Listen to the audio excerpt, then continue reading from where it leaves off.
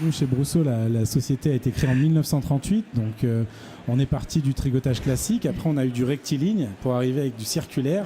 Les premiers métiers à tricoter circulaire étaient anglais ou allemands. Aujourd'hui, ils sont italiens pour la plupart. Chez Brousseau, moi, je suis la troisième génération. Ça fait plaisir, ça aussi. Quand on a des entreprises familiales encore présentes où la transmission a pu s'effectuer. La bonneterie française se porte de mieux en mieux. Ces dernières années, il y a eu comme un regain dans ce secteur.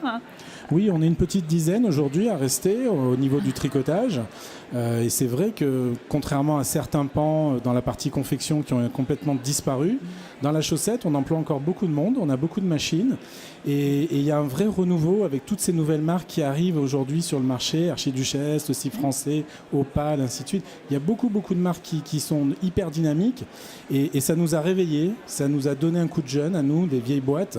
Il y en avait besoin parce qu'on était sur un vieux modèle et on avait besoin de quelque chose de nouveau. Nos boîtes, elles sont devenues plus intéressantes, plus attractives, du Wi-Fi pour nos salariés, enfin voilà, plein de choses qui font que c'est plus ça.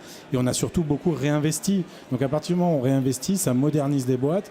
On a un outil avec des robots, on a de la robotique. Aujourd'hui, on embauche des jeunes ingénieurs pour ça. Donc ça fait une sorte de dynamisme qu'on n'a pas vu depuis quasiment 20 ans dans la profession. Donc les métiers ont changé effectivement. Oui, les métiers ont changé profondément. Avant, on avait besoin de mécaniciens purs et durs. Et aujourd'hui, on embauche des électrotechniciens, on embauche des développeurs, des programmeurs.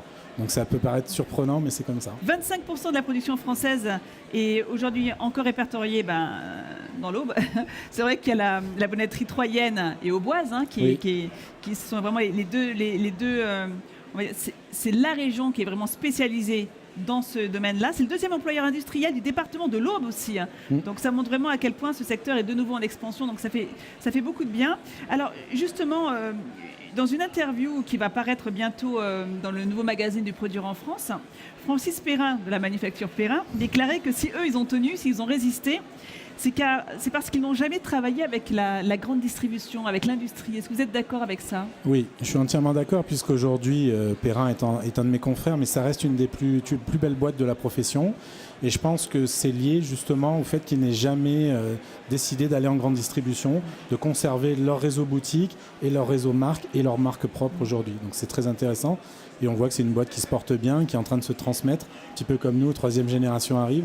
Donc ça fait plaisir de voir aussi, ça nous donne nous de l'envie, parce qu'on se dit, voilà, il y a une boîte qui réussit, donc pourquoi nous aussi on ne réussirait pas?